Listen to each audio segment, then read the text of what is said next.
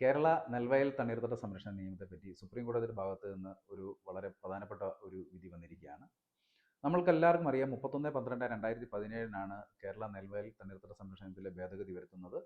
അപ്പോൾ ആ ഭേദഗതി പ്രകാരം മുൻപ് എന്തെല്ലാം അനുമതി നമ്മുടെ സ്ഥലത്തിന് വേണ്ടി മറ്റാവശ്യങ്ങൾക്ക് ഉപയോഗിക്കുന്നതിന് വേണ്ടിയിട്ട് നമ്മൾ എടുത്തിട്ടുണ്ടോ അതൊന്നും ബാധകമാവില്ല എന്നുള്ളൊരു നിയമവ്യവസ്ഥയുണ്ടായിരുന്നു.